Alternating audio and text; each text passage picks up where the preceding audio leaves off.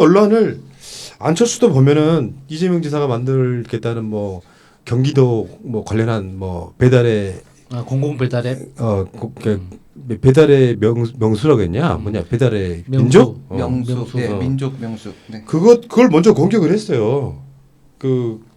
이걸 갖고 무슨 뭐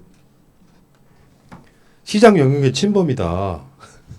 그래가지고 서로 막 공방을 주고받더라고요.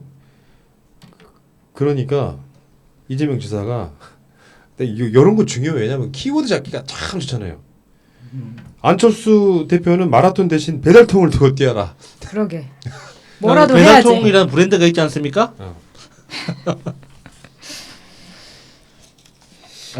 네, 이게 안철수 씨가 이걸 가지고 인기 영합주의 아니냐 이 얘기엔 뭐 반박하지 않겠습니다. 왜냐하면 뭐 쓸데없는 소리이기 때문에 언제나 우리가 국민에게 유익한 정책을 펴려고 하게 되면 우리한테 항상 포퓰리즘, 인기 영합 이렇게 얘기하기 때문에 이건 됐고 그런데 문제는 이게 자유시장 경제 체제를 침범하는 행위다. 공공앱이라는 게 이런 말을 해요.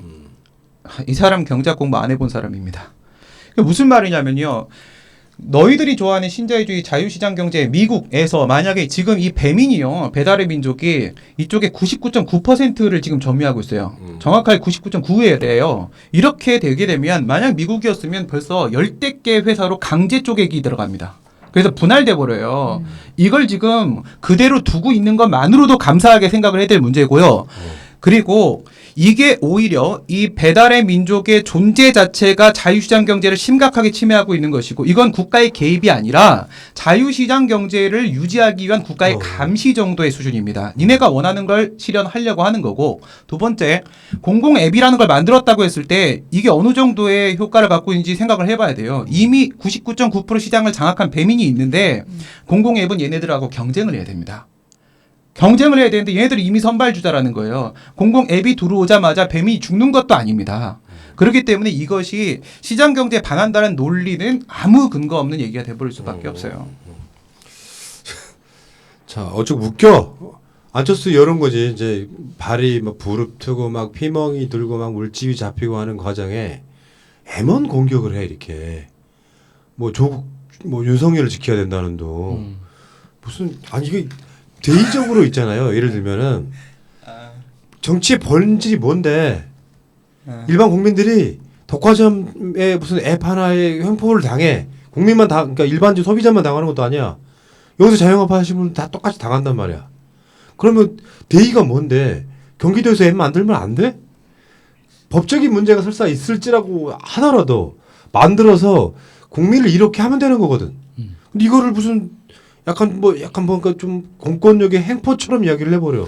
진짜 이해는 개념이 없는 거예요. 그러니까 안철수한테 항상 궁금한 게 그거죠.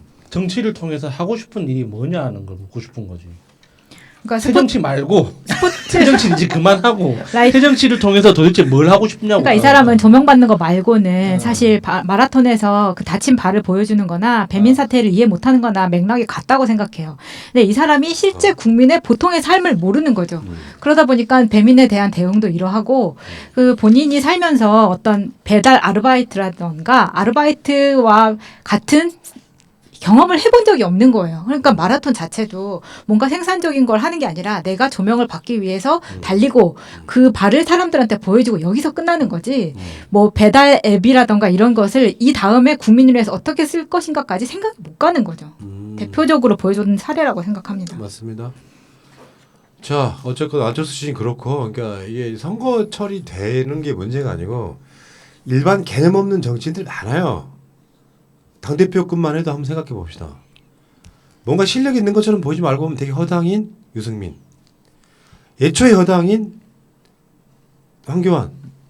진짜 허당인 안철수. 그럼 아무것도 없는 깡통 같은 건데 똑똑해 보이는 진짜 허당 나경원.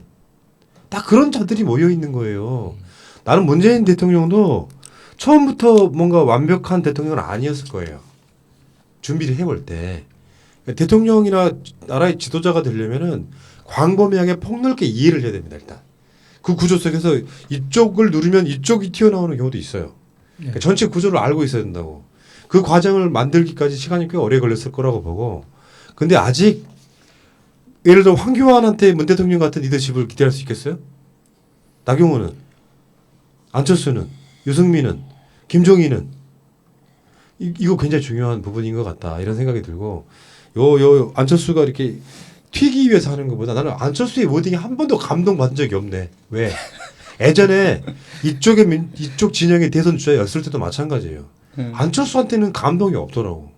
왜냐하면 행동으로 보여준 것들이 없었어요. 그 당시에 청년이여 뭐 어쩌고저쩌고 하는 것들이 결국에는 지금 생각해 보면 아 이런 깊이였구나. 저는 이런 생각이 들었고요. 자 마지막으로 짧게 하나만 하겠습니다. 지금 주한미군은 면 마스크를 빨았습니다. 라고 해요. 짠하네. 그래서 지금 그 우리가 쓰는 우리 선진국 대한민국의 마스크들이 있잖아. 그거 계속 보내고 있다고 그러고. KF94. 저는 이 기사를 보고 진짜 기브미 초콜릿에서 70년 만에 뒤집힌 상징적인 기사라고 생각합니다. 최고다 진짜. 네. 그래서 아니 야. 보니까 미국 내에서 훌륭하다. 슈퍼마켓에서 찍힌 사진을 보니까 마스크가 없다 보니까 생리대를 이렇게 붙여가지고 다니더라고요. 그거 있잖아요. 그 숨은 쉬나? 주방에서 쓰는 그 키친타월? 키친타올로 이렇게 고무줄을 만들어서 쓰고 다니더라고요. 그러니까 사실 이제는 우리가 미군을 좀 도와줘야 하는 그런 상황이 왔다고 생각합니다. 얼마나 짜네요. 아마 생각해 보니까 저 한미 주둔군 아이고. 뭐 비용 있잖아요. 5배 그 비용도 생각해보니까 그렇게 못 살아가지고 돈 좀 더 줘요. 그랬던 것 같네. 지금 생각해 보니까. 도와줘야겠네. 농담이고요. 근데 문제는 지금 미국이 심각하다는 거죠. 네. 미국의 확진자가 또는 사망자가 전 세계에 1위가 됐어요. 불과 얼마 전까지 중국 비웃던 트럼프가 얼굴이 사색이 됐습니다. 지금. 일본에서는 아베가 이제 사회적 거리두기를 하고 있는데 아베가 자기 강아지랑 놀고 있는 그 영상을 올려 이 모질이는. 그러니까 사회적 거리두기를 하더라도 대통령은 우리나라는 그렇잖아요. 이렇게 그 재난 때 입는 민방위복 요거 입고 뭔가 막 일을 하잖아요. 얘는 집에서 지금 강아지가 막 지 입을 핥고 있는 장면을 막 SNS에 올리고 자빠졌어. 아직 정신 못 차렸더라고요, 진짜. 이제 아찔합니다. 그런 사람이 진짜 시장이면. 애잔한 거는 진짜 일본이네요. 미국은 저력이 있는 나라예요. 돈도 많고 땅도 넓고 자원도 많고 기름도 가스도 없는 게 없는 나라야. 시간이 지금 급박하니까 지금 당장은 어려워 보이지만 미국은 가진 게 많은 나라이기 때문에 극복해낼 겁니다. 네. 가진 게 많아도. 근데 일본은 진짜 큰일이에요. 어떡합니까 이거. 마지막으로 이런 말씀 드릴게요. 방송 끝낼게요. 그냥 얻어 걸린 게 아니고요. 그러니까 지금 코로나가 그냥 얻어 걸려서 뭔가 뭐 운이 좋아서 생긴 현상이 아니라 시스템을 만들어가는 거예요. 실제로 시스템을 만들어가는 거라고. 사실 이명박근혜 때는 시스템적인 시스템이라는 게 할 게 없었습니다. 왜냐? 정책의 방향성이 다르기 때문에 그래요. 예를 들어서 이명박이나 박근혜는 뭔가 국민의 세금을 갖다가 뭔가 빛나는 실적이 있는 곳에 막 때려 박으면서 실속을 챙기는 캐릭터였단 말이야. 그렇죠. 사대강 막 하면서 이쪽에서 뒤에서 자원외교하고. 그러니까 같은 국가의 예산이라는 게 한정되어 있는데 어떤 정권에서는 무엇을 위해서 일하는가에 대한 우선순위가 있고 선택과 집중이 있단 말이에요. 다시 한번 말씀드리지만 문재인 정부 들어서 구제역 이야기 안 나오고 AI, 저리덕감 이야기 안 나오지요. 그리고 지금 이 방역에 대해서도 처음에 전염병이 들어오는 걸 어떻게 못 막아요. 솔직히 말하면. 이걸 어떻게 시스템적으로 잘 막아내느냐. 최근에 50명 이하로 떨어졌죠. 이제. 물론 앞으로 조심해야 돼요. 이런 상황에서 단순하게 코로나만 잘 막는 게 아니고요. 그 모든 선상에 소득주도 성장이 있고 문재인 케어가 있고 다 그런 것들이 같이 있는 거예요. 그렇지. 예를 들어서 전쟁, 대한민국 국가에 한반도에 전쟁이 나지 않게 하자는 게 무슨 뜻이겠습니까? 사람이 죽으면 안 된다는 거예요. 전쟁으로. 똑같은 결이에요. 방역을 하나, 남북관계를 하나, 소득주도 성장이나 문재인 케어나 똑같은 결이라고. 왜? 사람이 먼저니까요.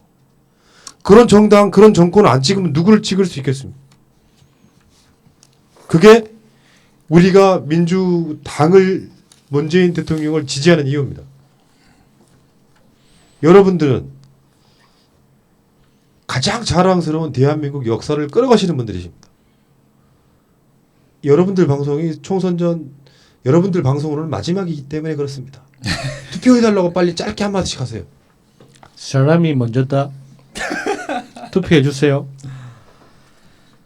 지금까지 우리를 지켜준 문재인 대통령을 이번엔 우리가 지켜주십시다. 투표 꼭 해주시기 바랍니다. 사전 투표율이 너무 높아서 좀 걱정이긴 한데 당일 투표도 높이 나와서 역사적으로 가장 높은 투표율을 기록했으면 좋겠네요. 예, 네. 알겠습니다. 자, 여러분과 함께했던 새날 재밌는 어려운 시사. 자, 오늘 방송 여기서